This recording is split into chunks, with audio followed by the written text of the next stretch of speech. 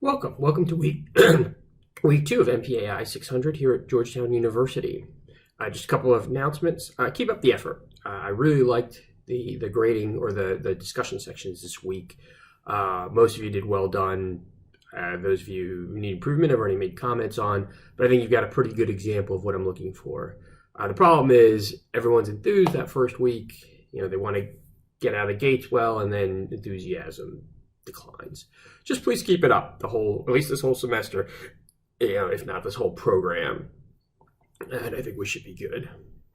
And the discussion is 500 words total. So this week there's one question. Next week there's going to be two questions. But when you combine them, it's 500 words. So review of last week. Obviously the case study was the UBL capture, and I think most of you hit these points in your discussion section. But the signals intelligence obviously was the connection between the courier and gathering his signals intelligence to connect him to Osama bin Laden. Then you had the HUMINT, which was the initial interrogations of Hassan Ghul and how that led to the information that brought the courier to the attention of U.S. law enforcement or intelligence community. And then the GEOINT. They used overhead imagery to try and, for two reasons. One, to map out the building complex so that they can replicate it, so that Navy SEALs could practice on it, and that was a critical GEOINT piece. You also saw GEOINT to actually try and determine, this house is unusual, this suspected house. So it didn't have people coming and going like you would have a normal house. It wasn't connected to other communications devices. You could use GEOINT to spot the four families, knowing that Osama bin Laden had four wives. So GEOINT helped confirm that it was a bin Laden target there. And you can see this is a classic case study of all of these working together to provide a solution, intelligence success in this case.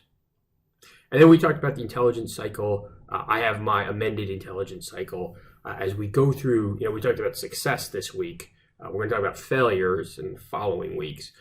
Look through, think through all the aspects of where the failure occurred in the intelligence cycle.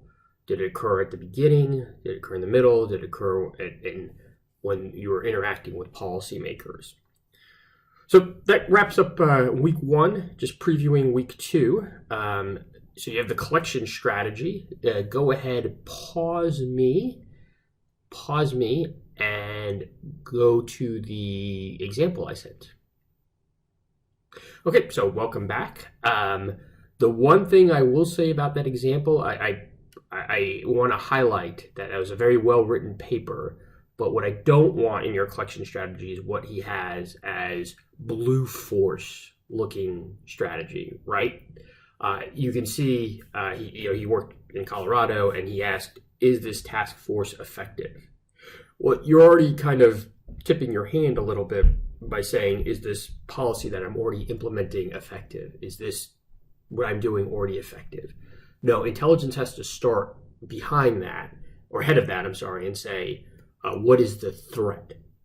How is human smuggling in this case?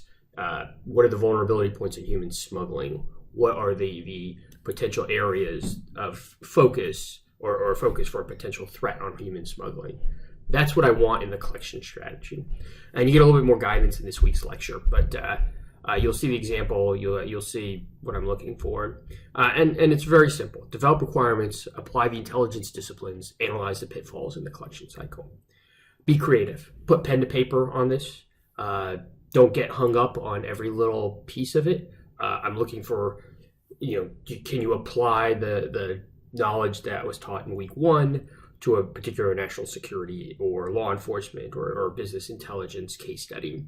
I'm also looking that you can actually write well and write in a cogent meaning. So you have the structure of what I'm looking for, and go ahead, and I'm looking forward to it next week. So the readings, again, in an 8-week course, I can't stop the course so you can do papers. So it's simultaneous. So you have the Lowenthal chapter, the Intelligence Tradecraft Primer, and then you have the documentary, The Confessions. What I want you to do is, for the discussion section, take the analysis brought in the Lowenthal and the Intelligence Tradecraft Primer and apply it to the Confessions case study. What were the pitfalls that you saw in the Confessions? What were the analytical gaps? And I'll just to preview it, when I first saw that documentary, I was mad too, and it's going to make your blood boil to see how shoddy the law enforcement work was. But before you say how bad the law enforcement was, again, there was an entire system from the judges to the juries to the prosecutors all the way up to the governor's office that led to what you'll see as a gross injustice. So that's week 2. If there's questions or issues, let me know, and I look forward to your discussions this week.